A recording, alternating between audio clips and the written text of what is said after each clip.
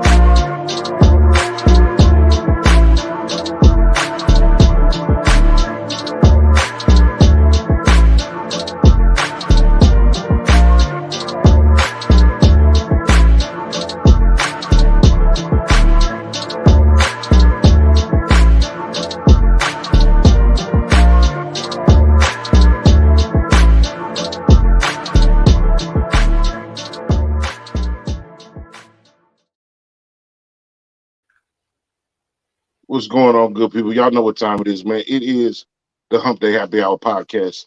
I'm your host, Jay Walker the third. I'm looking a little woozy right now because this rain got me fucked up and John got me fucked up. But we still here.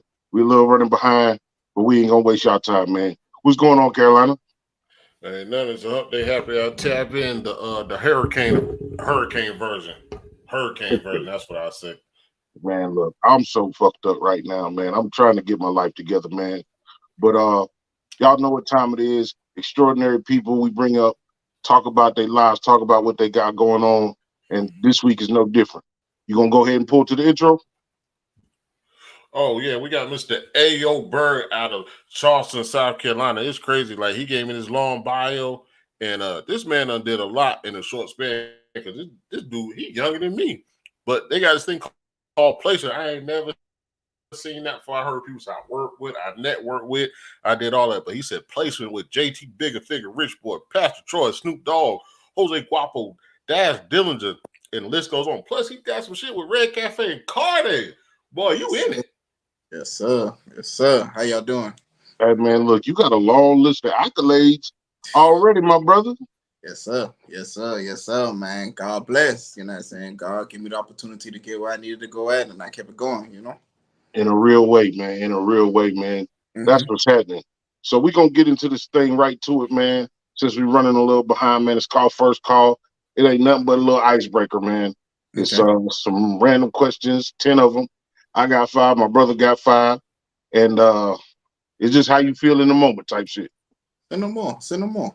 This is First Call. So, bigger fear, heights or enclosed spaces? Heights. Okay. Yeah. I can dig that. Favorite breakfast cereal growing up?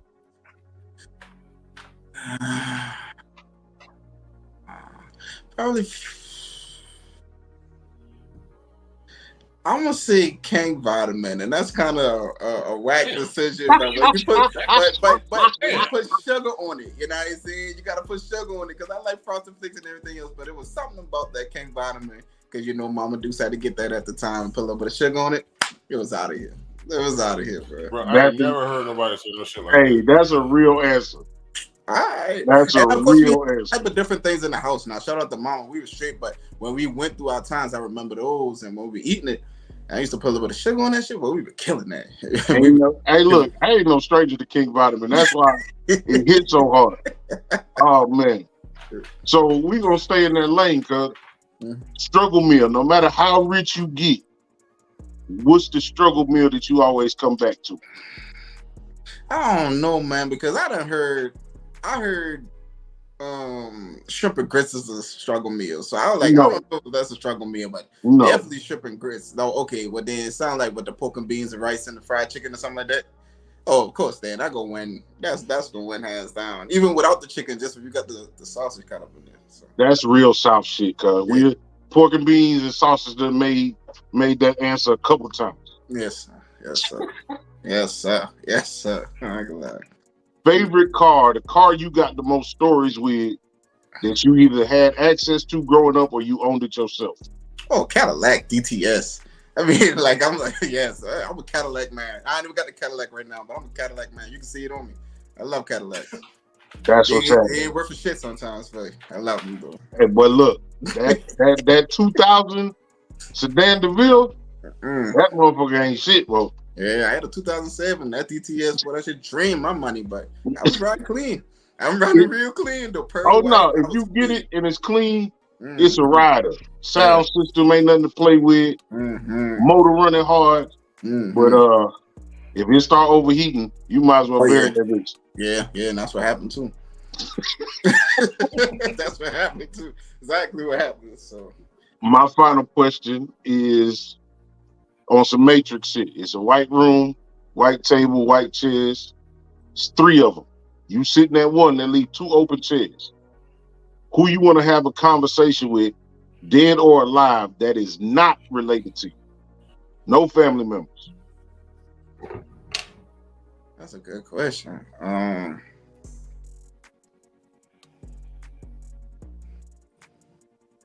I ain't gonna lie, this will sound crazy. This is pastor named Stephen Chandler, and I'm actually gonna meet him 2 days from now.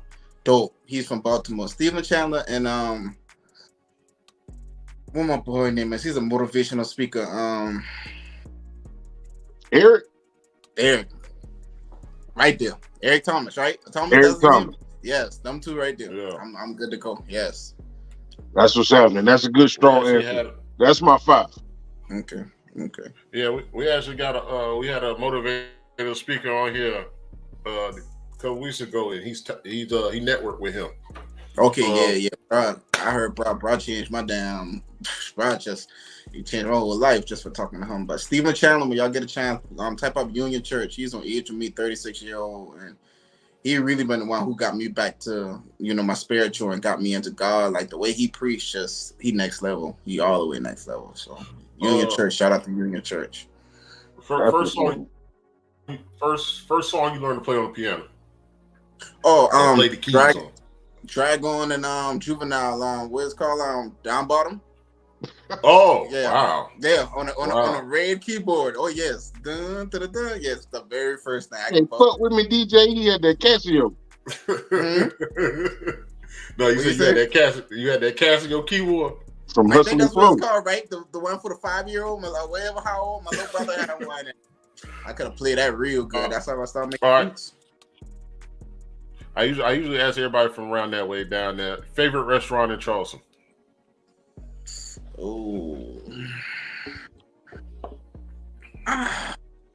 that's a hard one right there.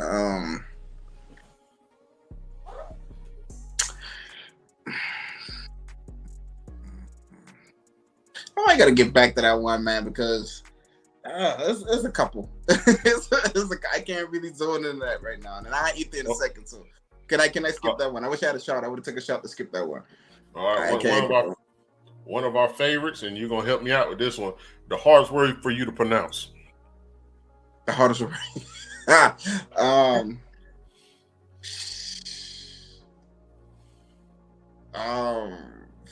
Physical? What? No, not physical. Psychological. What is it? Psychological? Oh, you got it out. Yeah, you got it out.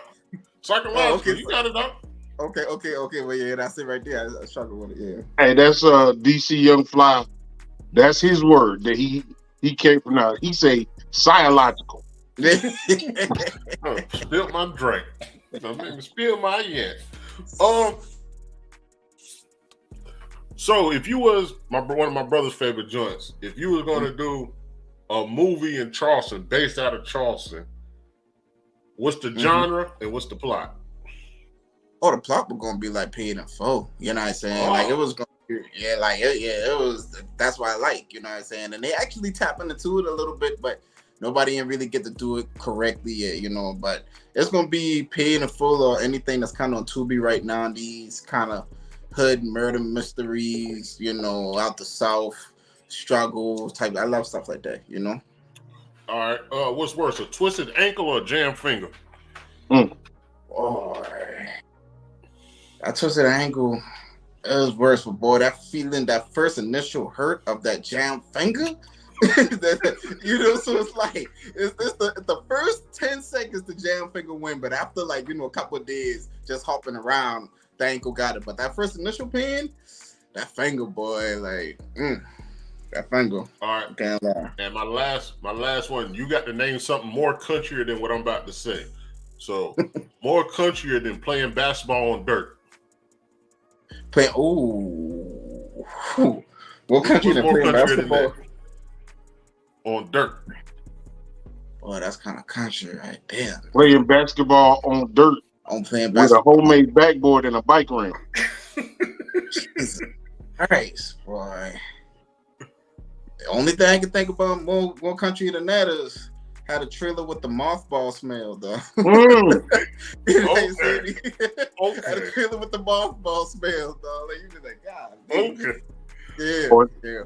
I like that question. Sitting on the porch eating boiled peanuts. Oh yeah. Mm-hmm. You know the people up north don't know about. You know they got their shit. You know you always hear about people up north what they do and what they don't do, especially you been in the music industry. But they don't know about playing basketball on dirt. You know that dirt ain't love. No. Yeah. That's why some of them be so good out that country. You know what I'm saying? You got that messed up backboard with no net on it and all that. Like your basketball court got a dip in the middle. If you go down there, that's how you get that twisted ankle too. That's Yeah. You out there playing some old Chuck Taylors, some shoes with no ankle support. But hey, that was first part. I appreciate that. That was our little first segment. That was just an icebreaker. No problem. So let's start on. You guys up, or you took? No, go ahead. So let's start on your let's start on your journey, man. Like I said, you gave this long bio, and I don't want to overshadow like the fact of, you know, we always talk about kids these days and having sports, having discipline, having an art. Like you say, you started at a young age. I think you said you was 10, right? So at 10 years old, these kids now at 10 years old, they playing video games, mastering the computer and shit. At 10 years old, what was your mind? What do you think your mind frame was at that made you attack music that way? Well, I think I was just like every other kid, you know, the games and stuff like that. But I stayed across the street from, I call them some musical genius. These my partners till the day. And they were one who introduced me to the freestyling. You know what I'm saying? They used to write my music for me at first, you know, but they were already a little bit on it, you know what I'm saying? So they were freestyling and they had another partner from around the way. You know, he used to have a beat machine. So once I saw that beat machine, it was just like it was like, yo, what if there's some...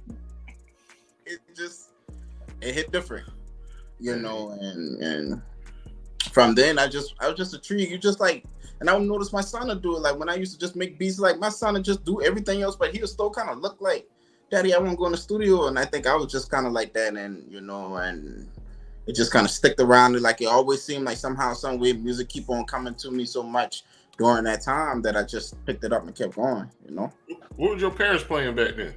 Well, I was granny baby, you know what I'm saying? I stayed mostly you know what I'm saying, with my grandmama and stuff like that. So my mom, she was a regular worker. I didn't know too much about my dad. I'm just starting to meet him now. But I had one of those hood stories just out the hood and just around a lot of talented people. Like I had partners who were supposed to be in the NBA, like you know, just one of those type of situations, and happened to be I had a whole neighborhood of fellas who just know how to rap too, and it was kind of crazy to me, you know, but They look at me now like, bro, like all that's doing this, you really was the one who kind of took it serious and took off with it. So you know. Who gave you your first piece of musical equipment, or how did you get your first piece of musical equipment, regardless of what it is? Well, it depends. My beat machine, I remember my grandmama taking me to the pawn shop on King Street, and I bought that. I think I was like 14 or 15 or 16. But my little brother had a keyboard. I think I had another partner who had kind of more of official, looked like a Triton or something. You know, the Triton had the sound back in the day. Like, but my first official thing was a beat machine I think I got from this pawn shop on King Street downtown. I think they not closed it now, but it was like American Pawn or something like that. Like it was something like that. Like that was one of my first. Yeah, that was my first piece, and I bought that myself. Just I think it couldn't have been over $100, so I got that myself. It was crazy. Our last guest, he a rapper and singing. He a dope individual. Like, bro, singing and rapping. He fire. He was a little older when he got into the music, but that nigga said his first rap was on the old PC mic. Remember the old PC mic that had? Oh yeah. No. I was doing music before I did. Like I was a rapper before I did beats. Now, like I did songs I understand. now. Yeah, we did songs on. Shit, I think the whole world probably did their first like songs on that. Like we got a whole mixtape off that. We were just getting beats online, you know. So, yeah. How you feel currently about the state of what's hot? Wait, just in general, in music, just all around in general. Just how you feel when you. Okay, let me start with this. What you listening to right now? If you gotta shout out people that you want people to listen to, give me 3 to 5 that you would put people on to. That's kind of. It's kind of tough because me as a producer, sometimes I isolate myself, so I don't kind of, get into other people's sounds and stuff like that. But that's real producer talk right there, people. Yeah, because I'll easily, emulate, if that's the right word. I'll hear something and just like it. So I can't really tell you honestly what I listen to right now because it's more kind of my music. But for a fan of course, I like the Kendricks, I like the J. Cole's, I like the Moneybagg Yo's. I like the Yo Gotti's. I grew up in the Gucci area. I grew up in the Boozy area. I first started hearing raw beats from 3-6, and No Limit and Cash Money. True to heart Cash Money fan, though. True to heart Cash Money fan, and 3-6 probably a beat next. So it's like I'm a little bit. I'm gumbo. You know what I'm saying? Sure. I'm mixed up with a couple of stuff. My best friend like Texas music, and my A&R from New Jersey. So it's just I kind of just pull it all together, but. Really, one artist I'm kind of listening to right now, and I can't really answer that because I made my own song. They got a question. They got a question like they always talk about the hottest group and all this. Who do you think in your time of music is the best or was the best crew? I'm gonna say Cash Money, but then that might be a favoritism type of thing. It'll be Cash. You got Organized Noise. You got Beats by the Pound. I say No Limit.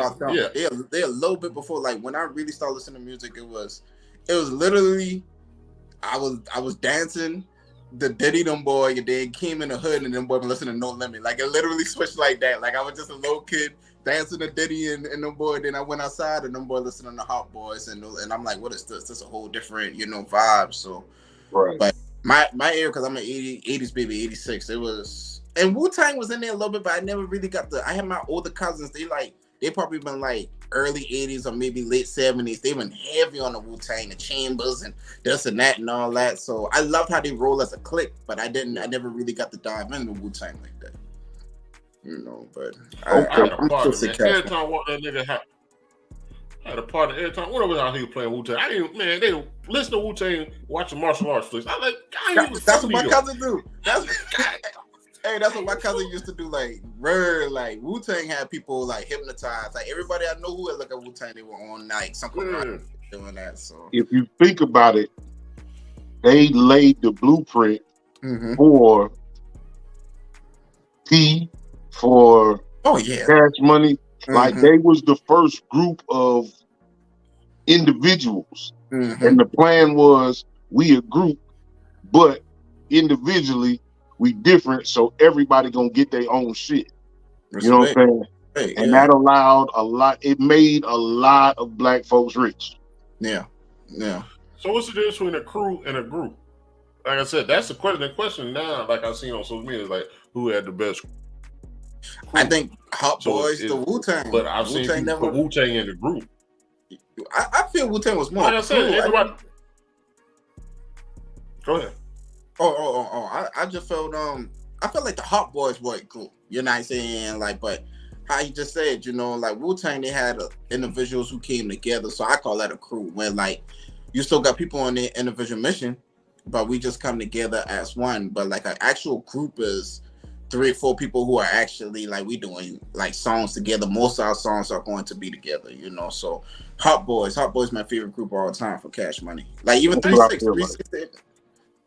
Go ahead, I'm sorry. What you say? Oh no. Yeah. I didn't mean to cut you off, but I think that's the major difference. I think a group is an artist, and a group is more than one motherfucker that's they either a rapper or a singing group, whatever. A crew is multiple motherfuckers. Everybody ain't a rapper. Somebody is a producer. You know what I'm saying? Right. You know what I'm saying? That I think that's the major difference. Right. I agree. That's what I'm saying. So how's No Limit not included in that? Like No Limit had everybody. No Limit Johnny was, D, Beats by the Pound. Now I think No Limit changed it to like that was a music factory. Yeah. And they had groups inside the crew. Exactly. Ken and Neighbor was a group. You know what I'm saying? Like TRU was when Masterpiece, Soap the Shark, and C Murder would get together and they'll do their little group CDs. So it's like, but they were a monster. Like P was on some more different stuff. He was. And I gotta ask this question just because it came up, and every time No Limit come up, did anybody hear Mercedes album cover? No, I just always look at the album cover. I listened to the album cover. I listened to the album cover. Yeah, that like she was. I never even saw her in real life or none of the documents or nothing. Like I don't know nothing about it, but that album cover, I thought that was the finest city in the world when I was young, boy. Her and Adina Howard. Oh yeah, Adina. And Kim. Oh yeah, Lil Kim. Them was the 3. As a young man, them was 3 album covers that I listened to Kim. I was a fan of Kim. I like Freak Like Me by Adina Howard, and I think she had one more joint. I just sampled the other one, the T-shirt and the panties. I thought that was somebody else. I just sampled that. We sent that off to Sweetie. There you go. That. Yeah, T-shirt and panty. We're trying to find somebody for that now. That's crazy. What's one of your? That's crazy. Yeah, what's one of? And I don't know if I'm giving out a trade secret. You ain't necessarily got to answer. But I've been around a lot of producers in my life, cuz. Right. What's one of the oddest things that you sampled that nobody is ever gonna figure out?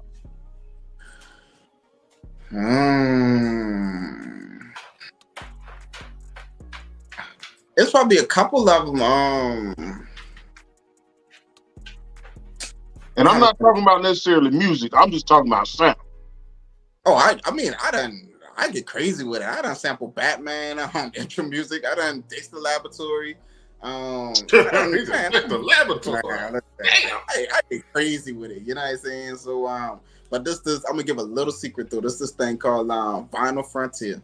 If anybody want to really hear some, I call it like, well, it's just older music, like crit music in general. But you have so many people sample them popular music at that time, but nobody think about the B-list artists and the C-list artists at that time. So that's my little secret sauce a little bit. Like, of course, you're gonna see the Bobby Womack and all. I say that's the A-list artist, but what about the dude who wasn't as popular as Bobby but had a raw song? That's where you got to really get them gems. Like it's called Vinyl Frontier, and they be having some crazy stuff like, Oh yeah, the clearing. Cheaper.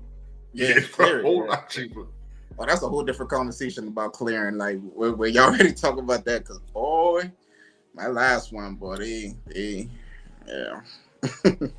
want for motivation.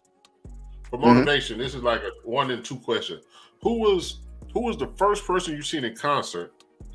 And once you got into the industry, who was the first person to make you believe that I can stay here? My concert answer whack. I ain't gonna lie because go ahead, man. I saw Roscoe Dash in concert. That's the first. You said Dexter's Laboratory. It can't be no worse than that. I saw yeah, you're right.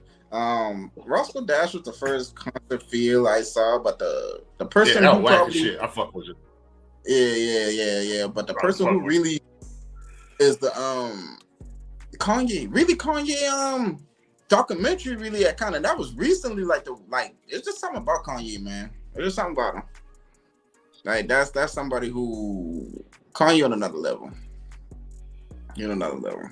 Agreed. I think in order to do what he does the way he does it, Mm-hmm.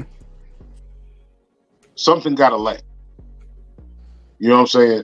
I'll be on the fence. Sometimes I look at Kanye like this nigga, and then sometimes you get to listening to 808s and Heartbreaks, you like, okay, he can be a little crazy. Yeah. I feel like he gets slept on some conversations when we talking about like cats who really can get down behind that mic. And it's that double curse. When you're a producer and you can rap, they're not gonna they sleep on your rap side. But Kanye, I think on that, I listened to that CD all the way through with him and G, but I think he kind of wiped G all over that CD a little bit. I heard somebody said that, but I don't want to quote that yet. But I heard he was stepping on G on that album they did together. Man, look, one of my favorite lines from Kanye is when he was super young. He was still backpacking. Mm-hmm. And I don't remember the whole lead in, but that brother said, if y'all fresh to death, then I'm deceased. Sound like us. Bro got bars. That's crazy. He got bars. Like, I'm telling you. He got bars now. So, me and my brother, we always ask everybody. I know it sounds like we jumping around, but we not. You're good. Thug Motivation. When it dropped. Jeezy get all the credit. You rarely get, like, people know Shorty Red and all that, but we know it benefited Jeezy more, but as a producer, if you look in the back at it, how do you feel? Boy, listen, that CD right there, it switched the sound. You know what I'm saying? Like, it was, I remember, because I think I was kind of already playing with beats and doing stuff a little bit, and when that came, that's the true definition of trap.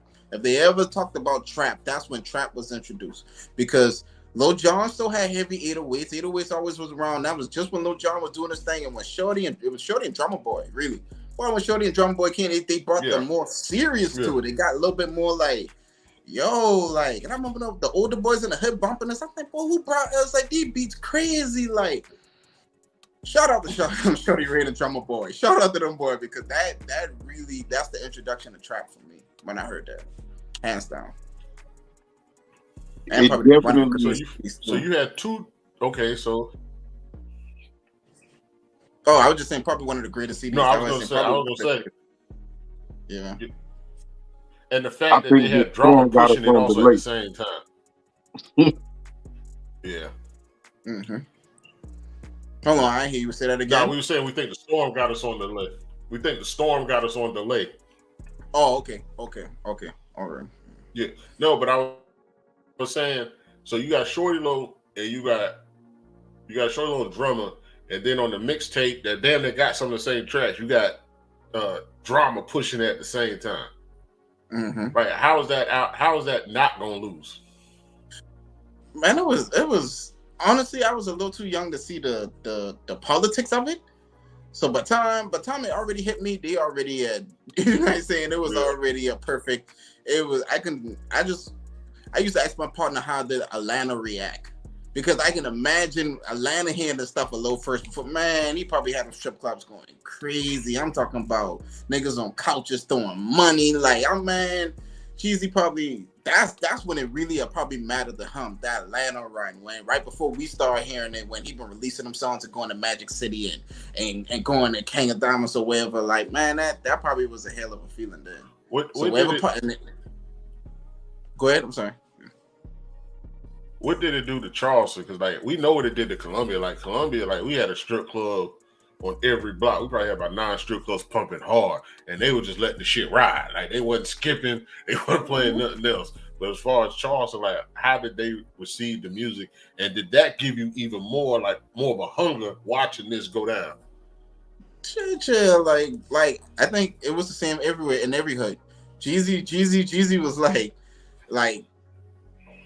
free lunch, you know what I'm saying? I think every hood, you know what I'm saying, took them the same, like, yo, like this is it, you know what I'm saying? Like that's that album right there like solidified his name to this day. Like he's Jeezy, you know what I'm saying? Like, and I think everywhere took it the same, you know what I'm saying? Like everywhere, it was nothing different. Everybody was pumping it, killing it. Wanting to book them for shows, wearing the snowman shirts. Like they did a real good job on that album. As far as me looking as a grown man now, looking back from the lineup, the productions, just everything, you know, like they did a real good job. It's easily, and Wayne went on a tear, but it's easily probably the best mixtape. It's one of the only mixtapes that you know it should have been an album. See, I thought it was an album, so y'all teaching me something new. That was a mixtape? That was a mixtape, bro. Like y'all taught me something new. Like that was a hell of a mixtape, bro. That's what I'm saying. Normally, when you get a mixtape, you get a couple of originals, and you get a lot of Jacket for Beats type shit. Mm-hmm. Yeah, I don't remember no Jacket for Beats shit on Trap or Die. No, that all was that all original. original. It was all original. Yeah, it was all original. Mm-hmm. So I feel like in this region, and the reason why the South got such a stranglehold on music mm-hmm. is that big band sound. You know what I'm saying? Mm-hmm. Mm-hmm. HBCU, Battle of the Bands, all that shit contributes to what, because before like you said, trap, Timberland had shit on lock with the kind of staccato shit. Yeah. Like, oh, these is like Timberland is crazy. These beats are crazy. These drums is crazy. Yeah. And then, like you said, Drummer Boy and all them fellas, man, it was just like, nah, I'm gonna show you what bass is. Yeah, it was a takeover. It was a takeover. It was a violent takeover. It was very violent takeover. Like Atlanta had something to say. Atlanta was talking, but boy, once Jeezy came through, it got crazy. It got real crazy. Indeed. Where do you get your motivation from now? You got some, like I said, you got a lot of accolades, and a lot of times, this is a lesson for people up and coming that I know you're about to spit a jewel on. But when you get those accolades, how do you maintain and keep your motivation? Really, I think the best thing you can do as anybody is dream. You know what I'm saying? And I just wing this now, but I think the vision of how big I can be, you know, for a prime example, somebody used to ask me who I used to look up to, and I used to say names, and I feel like I was lying. And I was like, I used to always look up to, like, what is the perfect version of myself? Damn. You know what I'm saying? Like, and that sounds crazy. I used to tell people I like Z12 and I like Michael Jordan. I was like, no, what's the I want to see what 10-point Berg rocking. You know what I'm saying? I want to see how he coming. You know what I'm saying? So I think me just dreaming of always want to do something more and be bigger and bigger and bigger keep me motivated. That's real. Mm-hmm. So what did that first check, the real check, not your partner down the street cutting you a couple hundred, like that real check, certified check. Mm-hmm. Not financial, what did it do to you, but what did it do to you mentally? It showed me that I can, that my hands created something that can maybe keep me stable for a lifetime. That a God-given talent. You know what I'm saying? I actually can, you know, make some real money, you know, and that's what I can just say about it, you know what I'm saying, to be honest with you, you know, so you went to sleep fine and woke up fine? Huh? You went to sleep fine and woke up fine? What do you mean I went to sleep fine and woke up fine? Like when you got the check, like when you got that certified check, like you did whatever you went, and then when you went to go lay down for that night, like, was your head light? Was it heavy?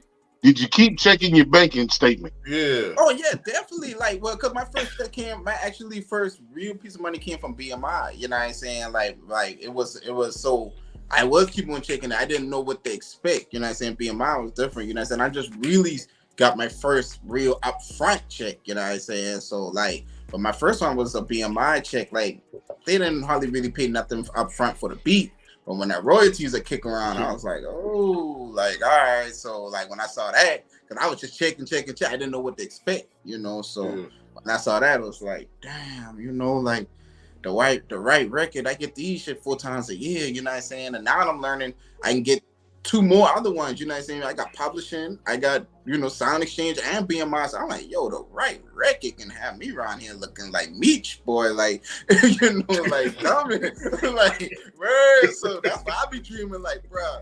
I'm gonna tell you something right now. If a producer get a record off a top 10, and if it's not even if it's not like sample, bro, them royalty checks look crazy. They look crazy. The upfront is always gonna balance between about $2,000 to $6,000, maybe $10,000, but I'm talking about back end starting on 5 figures, like, and that's quarterly coming. So I'm like, ooh, I gotta get me a top 10, and I can only imagine once you get a number 1, you out of here, like life change, like your grandkids' life change. So speak on the business, like for a lot of these young and up and coming, you got a million people that's trying to do what you do. Mm-hmm. You know what I'm saying? Speak on the importance of the business, the paperwork, the shit you got to do to make sure that you get those checks and get those royalties. Well, definitely you need to have a support team around you. You know what I'm saying? The best thing I did was I taught my girl again. You know what I'm saying? Like, because she's very computer savvy. So I was like, you know what? If there's somebody who I'm rocking with, you know what I'm saying, while I'm learning, let me teach her too, because I don't mind her filling out the BMI. I don't mind her filling out the Sound Exchange, and stuff like that. So that's something very important, you know what I'm saying? Your people close around you, teach them the game, you know what I'm saying? Because you can build your little team like that. People be thinking about getting managers and this and this and that and that, but you got your cousin, you got your girlfriend, you got your people right there. Like, give them more responsibility, because that help you and that motivate you. And relationships too, you know what I'm saying? I got like relationship with 2 E&Rs who really kind of dropped me some jewels, and who's actually I'm working for right now. And really, when that business went far as a producer, BMI, Sound Exchange, and publishing. I just know about BMI, and I'll tell y'all a story about how one of y'all favorite, well, I don't want to say y'all favorite rappers, but industry rappers, that mean, I don't want to say shit at me. I don't like to talk bad on people, but I was inexperienced on some certain shit. And when he brought up something about Sound Exchange, I was like, what is that? That nigga just erased the whole message. I was like, God damn. Like, damn, dog, you can do me like that, bro, like, but I had to learn, and luckily I've been blessed to be around some people that wanted to teach me the game, and I soak that shit up and I give it to somebody else, So that's another one. That's another one to expand on real quick, since you're here. Mm-hmm. How you weed out, or do those people, like, you seem like you got the mentality that you can weed them people out with no problem. But again, for people that's trying to do what you're doing, mm-hmm. How do you operate with people that don't always have your best interests at heart? If it sounds too good to be true, usually it isn't true. You know what I'm saying? If it sounds just too good, and don't be, like, people just be so quick to just want to do shit and they don't have the understanding of it. You know what I'm saying? Like understand that shit, learn this shit. You know what I'm saying? There's some real people behind this shit, but these little opportunities, or, I see people say Zaytoven inbox them, boy, and tell them this and that. Bro, that is a scam. You know what I'm saying? Zaytoven got a million shit going on. You know what I'm saying? And it doesn't work like that. I think as artists don't understand how they are supposed to get signed. This, like in the 90s, it was the only time that you can really be a raw talent with no money, walk inside Def Jam and get signed. Right now, you're getting signed by your fan base. You already have to do half of their work. There's no such thing as you the rawest rapper, the rawest sound. They do not care about that. What do your followers look like? And if I put you inside a club, can you at least break even or make a profit? You have to have a fan base to get signed. So like when artists, go ahead. I'm sorry. No, you got. Go ahead. No, I just think that's one of the things. If there's any artists who watching, like, they need to understand that they're signing your fan base. Not saying they don't care about how raw you is, because that's all part of the game, but they're gonna sign about what you already built in the engine that you got going on, and they just want to amplify that. So if I got a fan base, it's not crazy. Let's say I got a hot 5, and one of them is a single that can shoot out of here. Mm-hmm. And what does artist development look like to you? Because I think that's something that Diddy used to preach. They used to crack on Diddy about this artist development, walking to the cheesecake, being disrespected. But now these kids coming in feeling like they entitled. So now you see all the guns and the drugs and the crime and the tickets and the whole bunch of women, and now That's how you get your album fan ain't base shit. up now. Yeah, but now your album ain't shit because you got too many distractions. Exactly. So for you, what does artist development look like? Do you find somebody that already has something that you can be like, all right, I can magnify that, or are you willing to say, well, he got both parents at home, maybe he still can learn like Dion. Dion said, I want athletes that are dogs. I want no father in the house. I want a dog, somebody out there to grind. Or do you want somebody that you can mold? I think the circumstances don't matter to me. It's all about how they receive information and how they follow. You know what I'm saying? Like most people get in their own ways. You know what I'm saying? Like if you got 2 ears and 1 mouth for a reason. You know what I'm saying? So like, and I'm not saying I can be the GOAT, but like you gotta listen to something. You know what I'm saying? So I think really long as if we all can be a collective and you kind of listen and move right, I don't really shit. It can be a damn near 7-year-old little boy, you know what I'm saying? Like, but if you know how to get in the studio and you know how to do this and all that, and he posting it and doing it, like it's all about the communication and if they allow, like, well, listen, if that makes sense, because it really don't matter to me. Like I done seen the people with the money, but then don't want to listen, and then I done seen the hunger, the talent, but they might not have the money. Like it's always something, you know what I'm saying? There's always something. So you have to find the best situation. But me, I like artist develop because it's about taking that unpolished diamond and just kind of polishing it up a little bit, you know. But I have experienced a lot of people like to get in their own way, and I don't know if that's just authority. Like maybe I might come off strong, like a manager or something like that. But I'm just giving advice, you know. It's tough, but I actually love artist development, though. I actually love it, to be honest with you. That's real. You got an attendance. You got an attendance number in the studio. If you're in the studio with artists, there's an attendance level. No, not really. I can't have 15 of y'all in here. I used to be like, I don't mind the big rooms. You know what I'm saying? As before, I didn't like the big rooms, but the big rooms is like if this whole room rocking. You know what I'm saying? If ain't no distraction, but if I got about 6 of us in that room like that, 7 of us, and the engineer, me, everybody else back there, like, oh, that's it, then that's a greater chance for us to roll out the right song. Oh. Especially if the artist is open to that you know what I'm saying? That is artist development, what you're saying right now, because we in a big room, and these days, them boys like to come in with a blank canvas, and they actually showed me some shit. I was working with a young producer, and he was like, man, bump all that writing shit, just come to the studio. So I'm like, you know, all right, I'm gonna come. And there's like blank canvas, like he'll make a beat, and I just did a hook, and I was like, yo, this shit kind of fly, you know, just doing this off the fly. So it's like, you got that room around you and that energy, you'll make a hit record. I can't even lie to you. Yeah, my brother was like, we had a conversation last time. Like that punching in shit, some people can punch in, some people can't. Some producers, they don't mind it. Some producers be like, you wasting my time, but you paying for it. Like it's all types of mixed reactions. But is it, from who you've experienced, is it easier now to punch in than back in the day? Because a punching can still be something that they remembered, you know, they wrote in their head 2-3 years ago. But how do you feel about punching in your time? My logic of the punching in is kind of like freestyling. So I always thought freestyling, you'll see more catchier things than in thought. Like if I were to talk about my past or like things I went through and not having a father, I'm jotting that. You don't punch in with songs like that.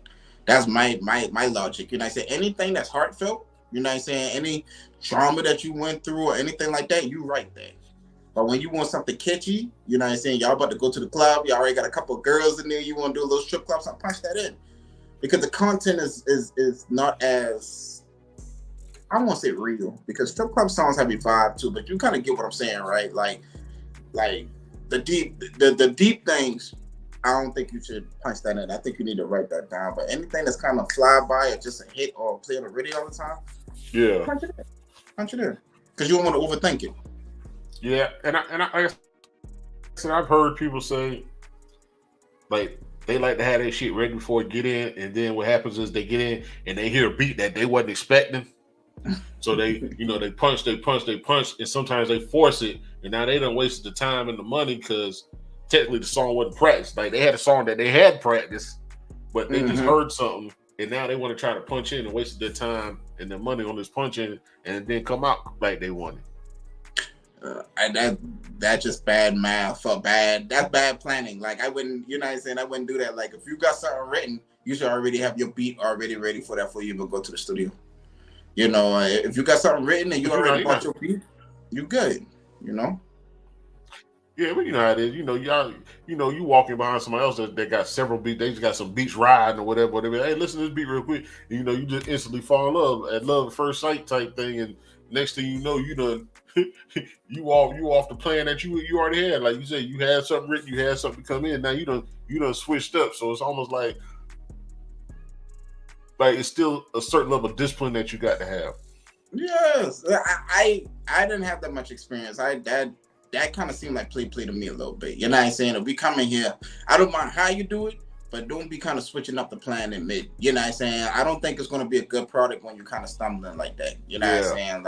Like I need you to either be in love, either you in love with the beat and the song you written, and then you come to the studio, you lay it out, or you just had a long day, you had a turned up day, you just get off child support, your baby mama got you mad, something like that, and you like, man, Berg, put a beat on, bro. You know what I'm saying? And we go vibe and put something together. Like I need you to follow your plan all the way through, whether it's written down and already prepared or not. But you coming in with the song and then it don't sound good, and then you talking about this other song, I'm gonna be like, this ain't gonna come on good. You already doing too much. You know, that makes sense. What's the longest you've been in the studio? Straight. I'm talking straight. Probably like. Well, it depends. I got the home studio now, like just in general, or y'all talking about? Yeah, you start a session. When the time you started, you go into the session, regardless if it's your home studio professional. What's the longest you stayed in there going at it? I'm gonna say the longest I had experience in Atlanta with when I met Young Thug for the first time. But I was just a producer. I was there to do was just play beats, and I'll never forget this shit. I met Young Thug before he really popped off. He was a little boy. And Pee Wee Longway. Pee Wee Longway was one of my first placements. And yo, like, this niggas, they don't start till like 11 p.m. Like, you know what I'm saying? Like 11, like, so like he picking me up. I'm like, yo, like I'm ready. Like, yo, they sit in that studio from 12 to 8 o'clock. Like I done went to sleep, all this and all that. Like I done sleep and that shit, all that. They were like on go. So I would say 8 hours. I remember that. That was 8 hours. That's crazy. Super crazy. It's real. It's real. Yeah. And the time will fly. You know what I'm saying? Yeah. And they smoking all that gas and all that. I was like, man, that's Atlanta's different. Atlanta's different. And I was younger then too. I was like, yo, ain't no way. But they sleep all Let me ask you to speak on, you know, as a producer, in your mind, everything that you do is not always a hit. What's one of the beats that you worked on, or a story behind the beat that you worked on that you didn't necessarily care for, but it was a motherfucker or motherfuckers that gravitated to it immediately?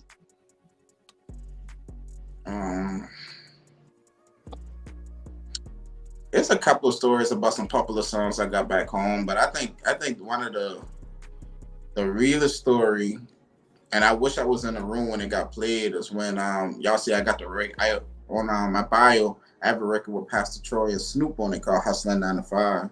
Now the story is so crazy about that. I think either I had a virus on my laptop or something like that. But for some reason I had to use my son's mother laptop. I had to download Fruity Loops, and Twitter was still pumping. Cause Pastor Troy had put his email on Twitter. And I downloaded Fruity Loops. I didn't even have the real Fruity Loops. I had to download Fruity Loops. And I took a Sade sample. And I flipped it. And I had just sent it to Pastor Troy. Just, you know, regular grinding like everybody else. You know what I'm saying? I ain't even got paid for the beat or nothing like that. But I think like a couple of months going by. And I just reached out to him. You know what I'm saying? For some reason, I reached out to Pastor Troy. Somehow we got on the phone. And he like, boy, you know how much I love you. You know, talking like that. So I'm like, you know, like, what going on? He was like, he been in the studio playing the beat.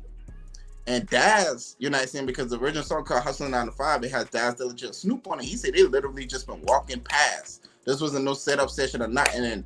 And honestly, I think he might have even had the capital to pay for Snoop at that time. But when Snoop walked through, he heard the Sade sample. I'm like, yo, what that is, cuz? Snoop jumped on the song and Daz jumped on the song. Like just like that. So that made me feel like, yo, I did this off I had a crack version, not even a crack, a free download version of FL Studios. probably with some stock drums, you know, and Snoop actually liked this shit. I wish I just was there when he had walked past and heard it, because he said that he was like, I was recording a song, and I guess Daz and the boy, they must have been at I don't know where they've been at, but they've been in the studio that had a couple of rooms in Atlanta. And Daz and Snoop and walking through doing some business, must be in another room, and they heard the beat. You know, I said they heard the beat through the door, walk in. He be like, Snoop jump on that shit right there. Then I was like, yo, like that's crazy. Like, you know. So, yeah, that's a hell of an accolade, cuz. Yeah, that's crazy. That's crazy. I got no money for it. I ain't gonna flex. I ain't got done. I might have got a little bit of royalties, but Sports Detroit didn't really pay me nothing for it, you know. But I took the accolade for it. It was just something. Sometimes you gotta take one for the team. Yeah. And at that time, if I made a beat that Snoop and Pastor Troy was on 20 years ago, I'm still talking about that shit today. Yeah, definitely. That would really turn me up. Like, I was like, because I already was successful back home. I was already making club records back home. At that time, I already had like two that already was doing real good at home, like records that getting played at every club. But that I kind of set the tone a little bit. Like, yo, like, what was those songs for people that don't know? My first record back home was by this group called the Lab Junkies. It was a song called Bounce. And then the second one was Prime Time and Digger with a song called Clappery. Oh, you know?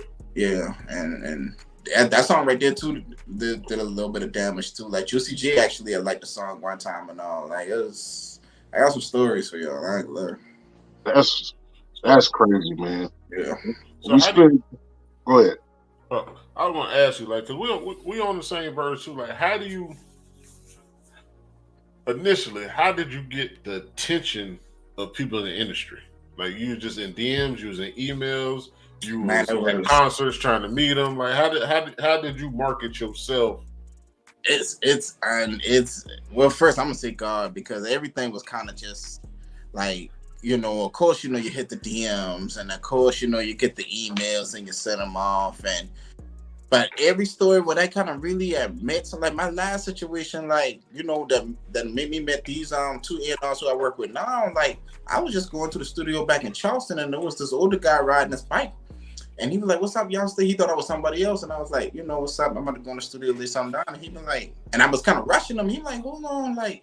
You like, you never know who you meet or who you're talking to. So I humble myself, you know what I'm saying? I listened to him, and he plugged me in, you know what I'm saying? And one of my A&Rs, his name is Jers, and we actually do work for hire for Def Jam, Warner Brother, all this and all that. Like, he literally like Diddy the situation. He'd be like, "Hey, yo, I'm feeling this." Like right now, he got me the first check with them boy, Def Jam and UMG. I got a record with this artist named LG Malik. That was my first really time getting paid like upfront some good money.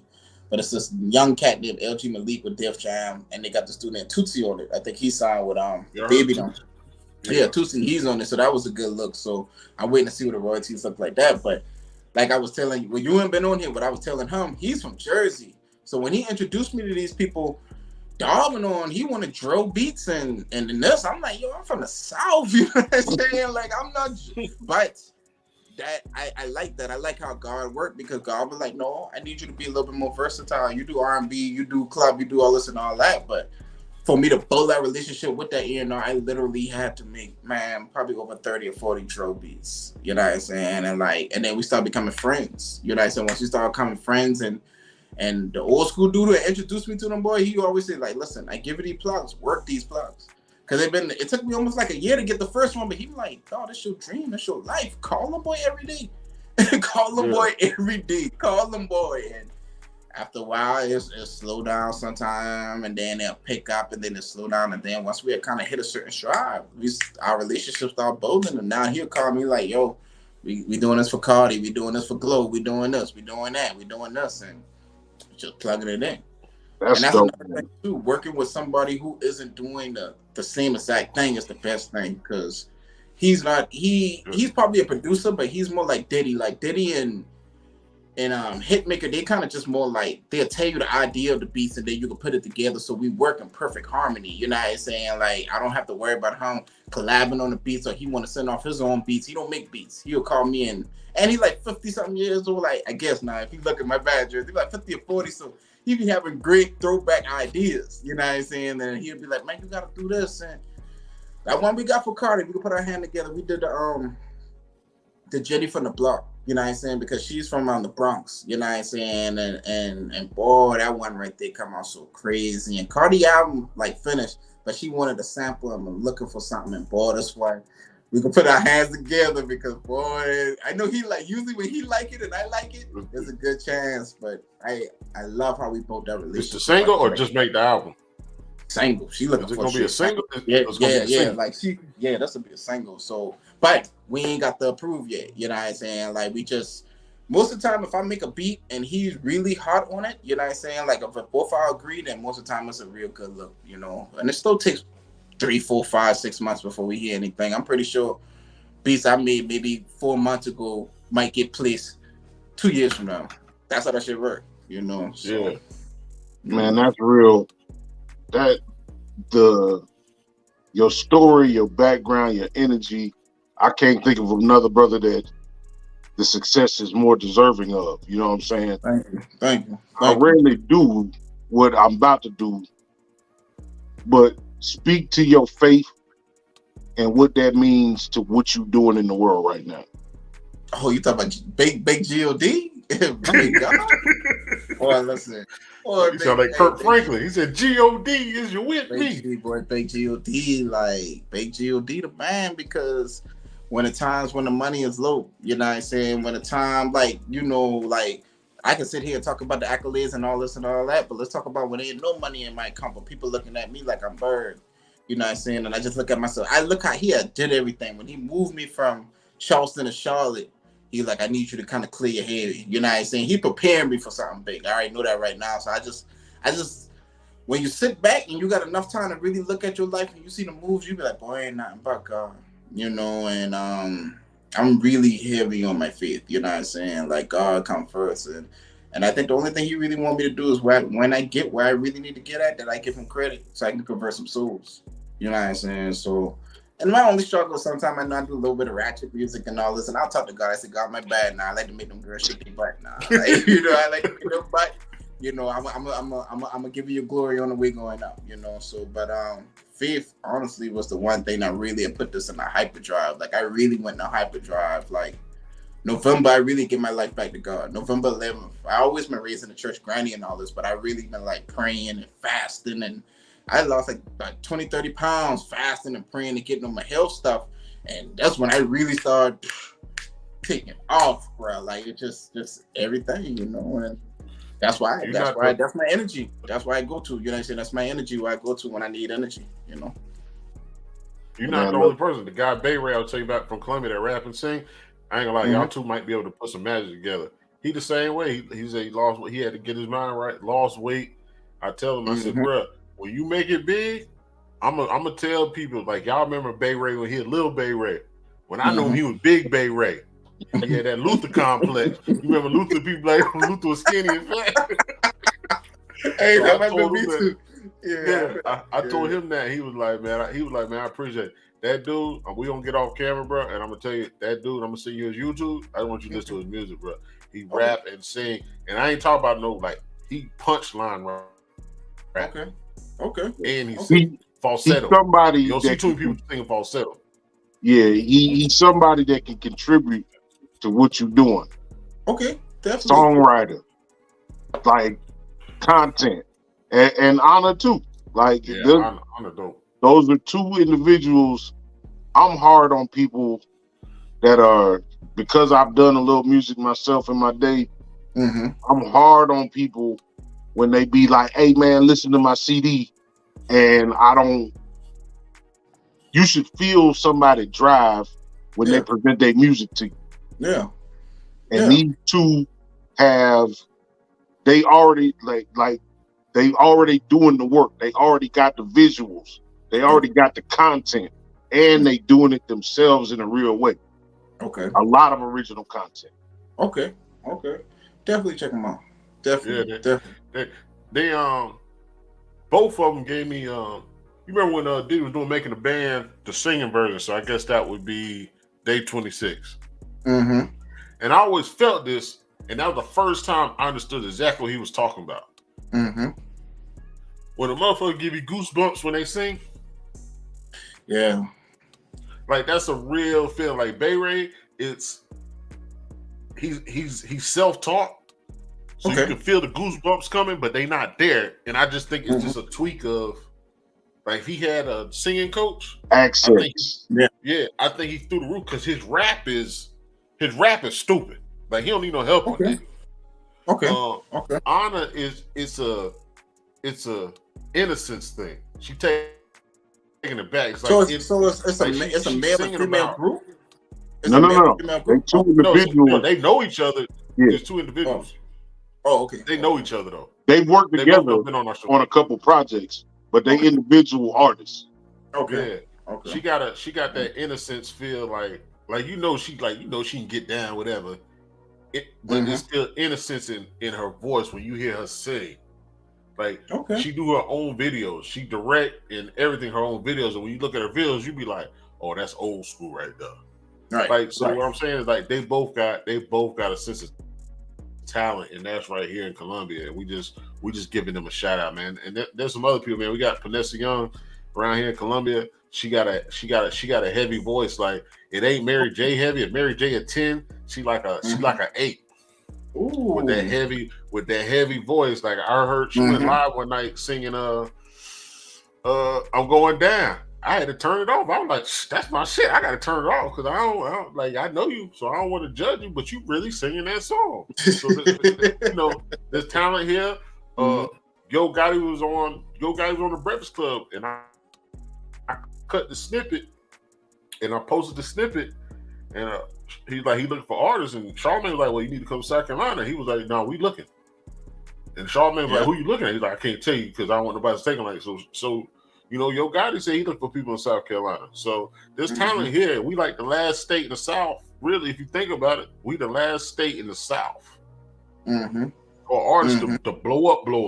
Like we had a couple here and there that had a single, but talking about blow up, the catalog, the album, and all that. Yeah. Yeah, we kind of need y'all. Like it'll be a sacrifice. Like all the producers I told you we don't have on our show. What if all y'all linked together and put out an album? Like that would be monumental on another level. Like even if the album don't sell, the fact that y'all did it. If the album go out this atmosphere, sell whatever, y'all did it. But it's just like I said, people say in South Carolina we can't come together. But there's talent here, and there's other people looking to pull us out and say he from Atlanta. That nigga ain't from Atlanta. I saw that nigga on Broad Road. I saw that nigga on Meeting Street. I saw that nigga in North Charleston. I saw that nigga in Florence. Like we don't want that shit. But they gonna pull our artists out and send them to these bigger markets and say they from there. Like we don't want that shit. We want the homegrown. Like you from here. Like people like Rennie Rucci. People that don't know Rennie, they act like she from Atlanta because loving hip hop. But she will correct people. But even if she ain't correcting people, we gotta let people know, like, nah, she from here. Yeah, she is. Man, look. But it would take like you, like I said, all producers we named, because all y'all are hot enough to form like Voltron. Like, we always say, like, what if you had the clip, not the clips, what if you had Star Trek? What if you had Dre? What if you had Scott Storch? What if you had Diddy? You had Jamie all in one room on one track. What would happen? That would get crazy. That'll be crazy. That's what I'm saying. So, like us right now, I told you would make the 4th or 5th producer. Like, what if we got all y'all in there? You find one person for a single to do an album, 4 or 5 features, 4 or 5 other people for features, and y'all just create and push an artist. Like that shit would be epic. It'll be crazy. I can tell you what the problem is, though. I think the problem is actually seeing the success. You know what I'm saying? Like everybody isn't like locked in driven. See, I'm a little bit more locked in driven, so I can lock in. But some people like their interest might not stay in that long. You know what I'm saying? Like because one thing I used to say about Atlanta, they say Atlanta work together and all this and all that. And yeah, okay, I get it, but really, Atlanta popping because I can go to two, maybe 3 blocks down the street, and I'm seeing somebody successful doing what they're doing. South Carolina don't have that. You know what I'm saying? Put your like, if we had blow up artists and be like, yo, I used to go to high school, bro out of here. You know what I'm saying? We don't have the success rates. So I want to kind of kind of do that. Like I think everywhere is the same. It's just about what are you seeing in your 10-mile radius. Think about really taking even football players, like they're football players who's known, but Atlanta just seemed like you can go somewhere and you seeing 30 or 40 people who are actually really doing it. And I think that's inspired another level when you can really step out your house and go to a studio and see Zaytoven cooking up beats and handy stuff. We don't have that. But we can have that. Oh, it's coming. I guess that's what I'm getting at. Like we can have that. Yeah, it's coming. If people get out their way, and be unselfish and be understanding. Not saying you got to like the shit. Just be unselfish and be understanding.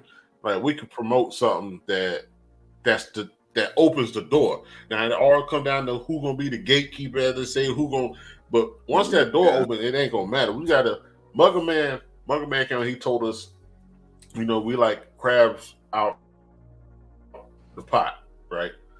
And then he said, my brother can quote me on this, I know I'm probably wrong, but he said, we all crabs out the pot, but we don't know where every crab is going. He said something like that, right? So basically, we always see that analogy, that phrase as crabs in a barrel pulling each other out.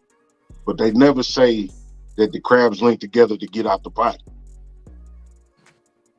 So that was one thought that fucked me up a little bit. Like I had always heard that phrase and thought of it one way. But one crab can't get out the pot by itself. He got to be on top of another crab. Yeah. You got to use another crab claw. You know what I'm saying? So I get what you're saying in terms of everybody's drive is not the same. Yeah. And it's hard to see the forest through the trees sometimes in terms of trying to take somebody in a smaller market and put them on that big stage. Right. But the names that we named tonight, Vanessa Young, Anna, and Bay Ray. Bay Ray.